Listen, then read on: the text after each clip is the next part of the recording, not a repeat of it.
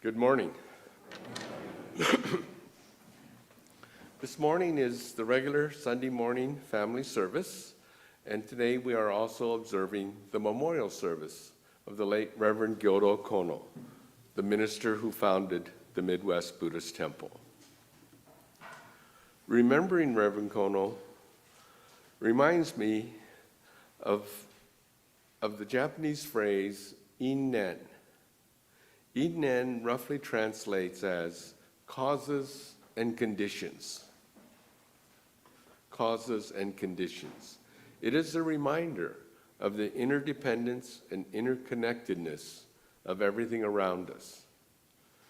Oh, I forgot. 2 minutes. Children have to have a 2-minute Dharma Talk. And I will start again. For the children, what is important today is to remember Reverend Kono. He's a man a minister who started this temple 80 years ago. And there's a statue bust of him in the back. When you go by him, wave high. He would like to know that you're here today, remembering him. And the children are excused for mochitsuki.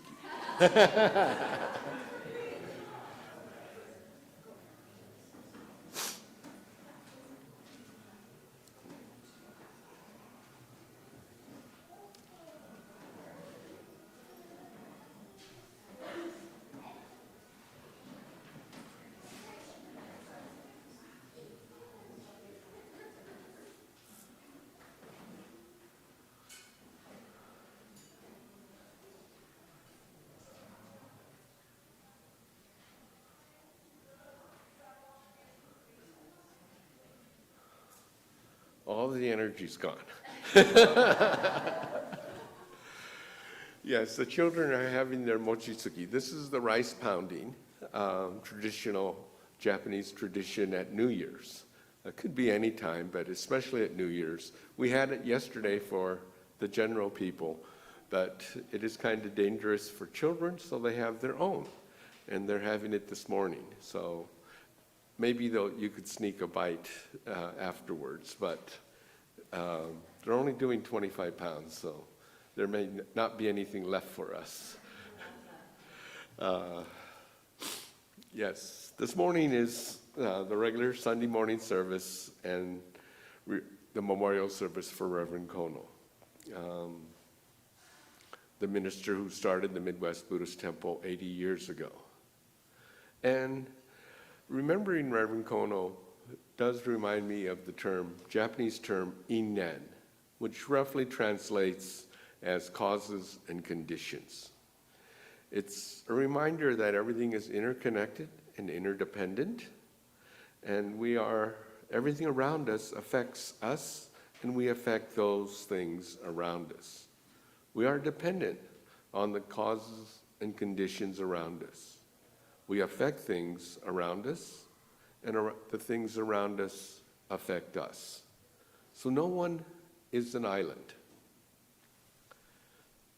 Today, perhaps we can appreciate the efforts of people like Reverend Kono that allowed us to be here today. I know there are many people who never met Reverend Kono, and sometimes people wonder what that statue at the back is. But that's Reverend Kono's bust, and that is his glasses frames that are on the statue. No lenses, but the frames. And people often ask me, what was he like? Why did he do it? And I was fortunate to work with Reverend Kono from August of 1973 until his sudden passing in December of 1975. I was the associate minister here at the Midwest Buddhist Temple. And of course, my relationship with him was very important to me because I was a rookie minister who really did not know what to do and what it took to be a minister. Reverend Kono taught me a great deal. I was such a rookie. I didn't know I didn't come from a ministerial family, so everything was new. I had some book learning, and I had finished my master's degree in Shin Buddhism. But book learning had very little to do with being a minister. And fortunately, Reverend Kono was a very patient man. About the background of Reverend Kono. He arrived freshly graduated from Ryukoku University in Kyoto with a bachelor's degree in Shin Buddhism, and in 1937 he was assigned to the Hanford Buddhist Church in the Central Valley of California near Fresno. And with the advent of the Second World War, he ended up in the Aurora, Arkansas relocation camp. I guess he was not considered a threat to be rounded up in the Department of Defense or Department of Justice camps in Crystal City and Bismarck, but he went to a regular relocation camp in Rohr. And Rohr was one of the smaller camps and among the first to close. As the Rohr camp was closing in 1944, Reverend Kono got permission to go to Chicago, or come to Chicago, and to try to start a Buddhist temple here in Chicago. And the first service was held on July 10th, 1944, at the South Parkway Community Center on the south side in the Kenwood neighborhood. And the temple offices soon moved to the near north side at Division and Clark. The temple was at first able to rent the Uptown Players movie theater until it burned to the ground on the day before the Hanamatsuri service in 1946. The temple was able to use the Olivet Community Center a few blocks south here, from here, and use that building until 1950, when it moved to the 1757 North Park building, which is now, of course, the Old Town Triangle building. But, and in 1971, the lifelong dream of a new temple building came true for Reverend Kono when the temple moved into this building. And one of the great mysteries continues to be why Reverend Kono decided to stay in Chicago. In the late 1940s, Reverend Kono's father passed away, and as oldest son, he was expected to take over the temple. And he did go back to Japan for about 6 months. The family temple was Saidinji, was a large and prosperous temple. And Reverend Kono could have returned to Japan, taken over the temple, and had a relatively comfortable life. And it was very nice to meet Reverend Kono's nephew, who now handles the temple, about 10 years ago. And he gave some insight into Reverend Kono, but the mystery remains why he decided not to take over his family temple in Hiroshima. He chose to stay in Chicago. He returned to Chicago and decided not to be the 18th generation minister of Saidinji. Somehow, he decided to take up the challenge of building a new temple, this temple, and he dedicated his life to building up the Midwest Buddhist Temple. And for that, we are grateful. People ask, what kind of man was Reverend Kono? Well, I'm no expert, but I knew he was a vigorous man who loved life. He was pretty athletic, he played tennis, and was a very good bowler. And a side story, and perhaps my favorite story about the early days of Reverend Kono, when he was first assigned to the Hanford Buddhist Temple, Buddhist church out in the Central Valley, he wanted to go to the local junior college to learn English. But the Board of Trustees at the time said no. They said, we're all going to make our millions and return to Japan, So you shouldn't have to bother to learn English. Disappointed, Reverend Kono sort of bent the rules, and he signed up for a tennis class, a physical education class, to get some exercise, and more importantly, to learn English. And maybe it's because the young ladies wore those short skirts too, but I don't know. But he went to take a PE class at Hanford Junior College, and of course to learn English. So he was ahead of his time, wanting to learn English, as a Japanese immigrant. But Reverend Kono was also very much a common man who liked to meet all kinds of people. And it's said he loved to roam Rush Street looking for new converts, maybe because he liked to have a drink or two. But Reverend Kono was also a sharp dresser. He saved his money to buy Hickey Freeman suits that had to be custom tailored because he was a short man. He always claimed he was 5'2", but I'm not sure. It might have been a stretch. And it's appropriate that he was downtown at the old Marshall Field store for men. Back in the day, where the Macy's building is now, on the south side, there was a separate building that was a store for men. And there was an underground passage, but the store for men. And Reverend Kono was there on December 30th to buy a new tie for New Year's. It was usual custom, to have something new for the New Year's. So he was there to buy a new tie, and he had a massive heart attack, went to Northwestern, and they couldn't do anything.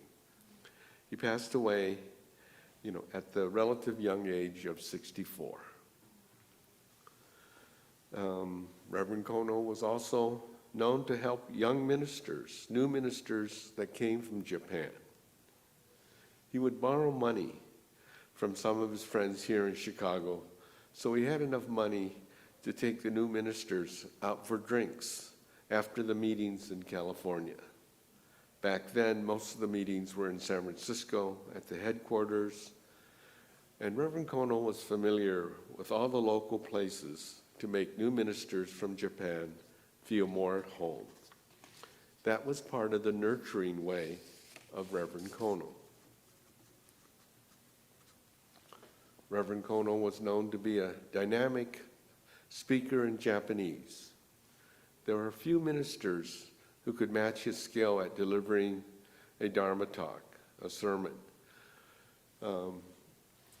which he would have his audience, as they say, eating out of the palm of his hand.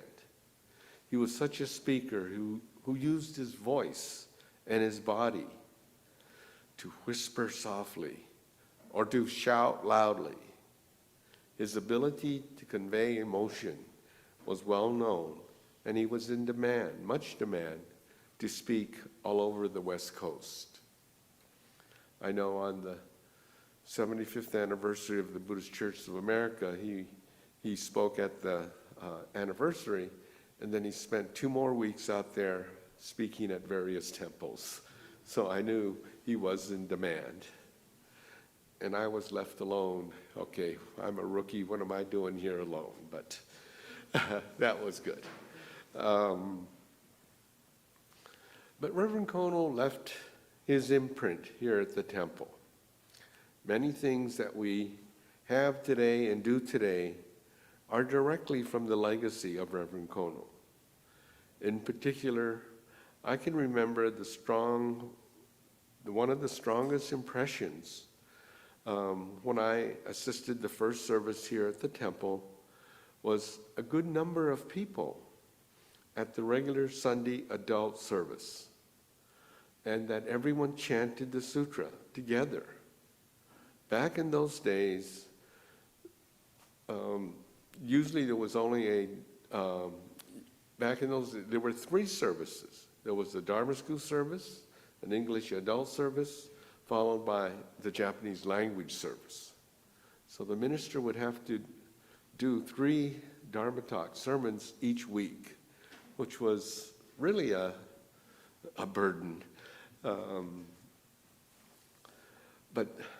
And I don't know exactly how it happened, but somehow Reverend Kono encouraged the adult membership to attend Sunday service, like we have today. And this was not common on the West Coast. I can remember growing up, the Buddhist temple, Plaster Buddhist church where I grew up. The only regular service was Sunday school service, now Dharma school service, for the children each Sunday. And there would be a Japanese language service in the afternoon.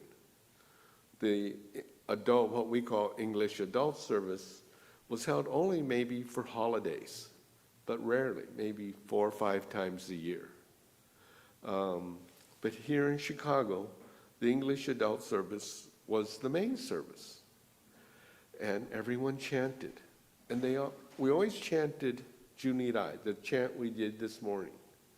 And I don't know, I think it's from before the war and into the 60s anyway. That was what everyone chanted. It was not Sambutsuge, not Jusege, not Shoshinge. Everyone chanted Junirai. And as a student at IBS, undergrad, I mean, that's the chant we did every morning. And somewhere it changed. Like all rituals changed. Also, maybe some of you noticed there's a few words that I pronounce differently than what's written in the book. Because I did that on purpose, because this is the way we used to do it. I did it with Reverend Kono. The myo has become me-u. And that, again, shows that rituals change over the years. And there's a whole ritual department at headquarters that keeps changing things and doing things differently. But that we just, 50 years, things change, and we should accept that. That's okay. But I did that on purpose, and I'm sorry if I threw some of you off.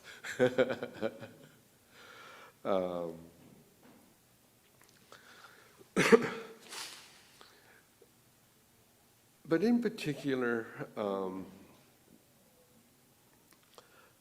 somehow, having the adults come to this service to me is so very important, and I'm glad Reverend Kono encouraged it. And the chanting, that we all chant together, was something the Midwest Temple has always done.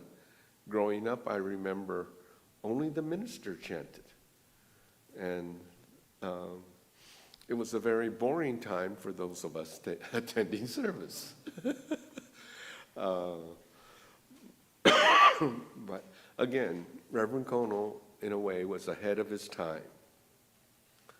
But the biggest legacy of Reverend Kono is this Naijin, this inner sanctuary, or what we call in English, I guess, the altar.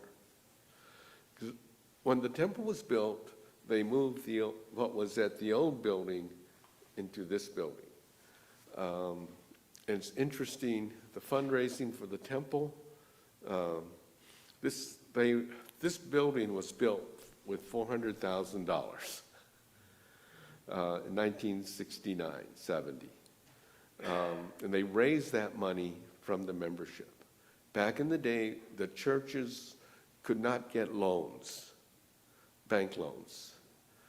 Reverend Kono's wife, Grace, worked at Cosmopolitan Bank, and we couldn't get a loan. So you had to have the money all the money, cash, to build a building. So, and they did have and the temple was supposed to be about 30% bigger. And that was with a $500,000 budget. They didn't have 500, they had 400. So they had to rush the drawings back to make what we could build with 400,000. And that's what we have today. But everything shrank.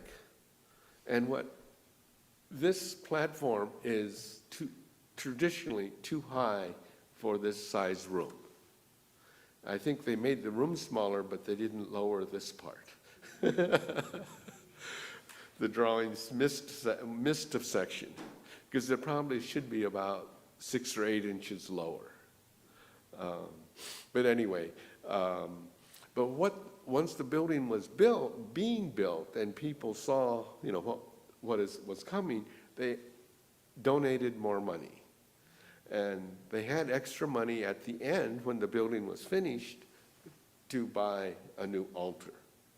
So that was very fortunate that with the the new money, they were able to buy a new altar. And by the way, the old altar that was at the North Park building that came here for a year went to the Seabrook Buddhist Church in Seabrook, New Jersey. So it was repurposed. But what we see here is very unusual. It's non-traditional. Those who have been to other temples, Buddhist temples in the West Coast, Hawaii, will know that the statue, for a room this size, the statue probably would be about 18 inches tall. And it would be in like a house like this, but with elaborate, I call tinsel, what is it called? Yoraku. Things hanging down to obscure the view of the statue. And it was done intentionally, traditionally that way, that you had to work to see the statue of Amida. But Reverend Kono had a different vision.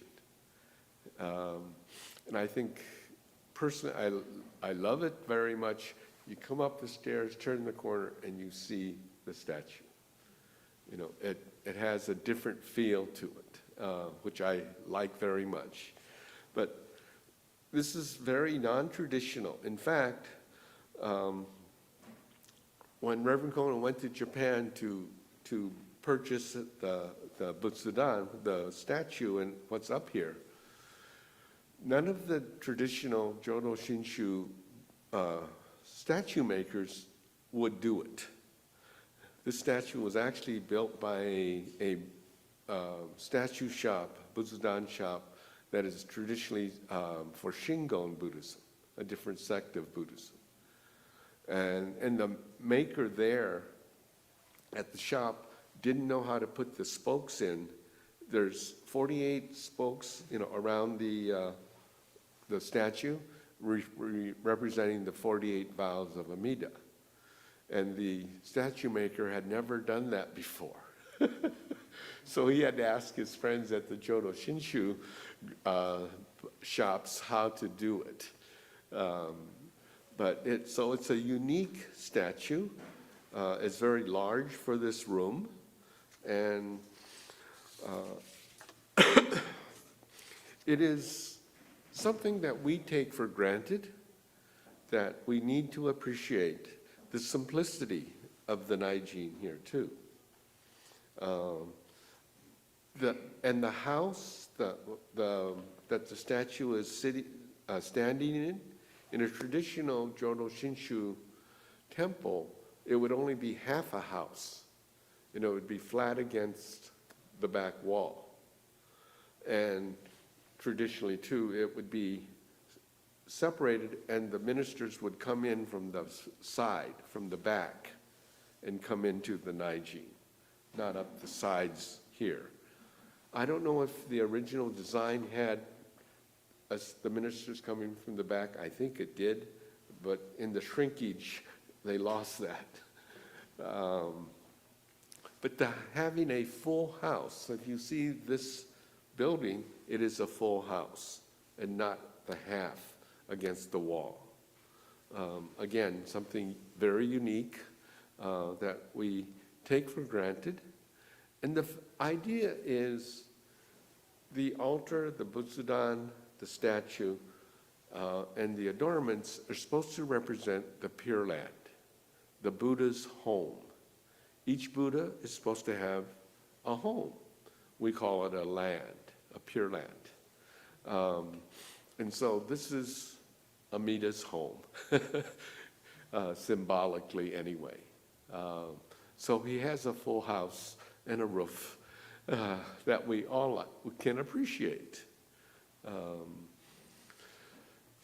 But this is one of the unique things of the Midwest Buddhist Temple, and is a direct legacy from Reverend Kono, and we hopefully can appreciate it.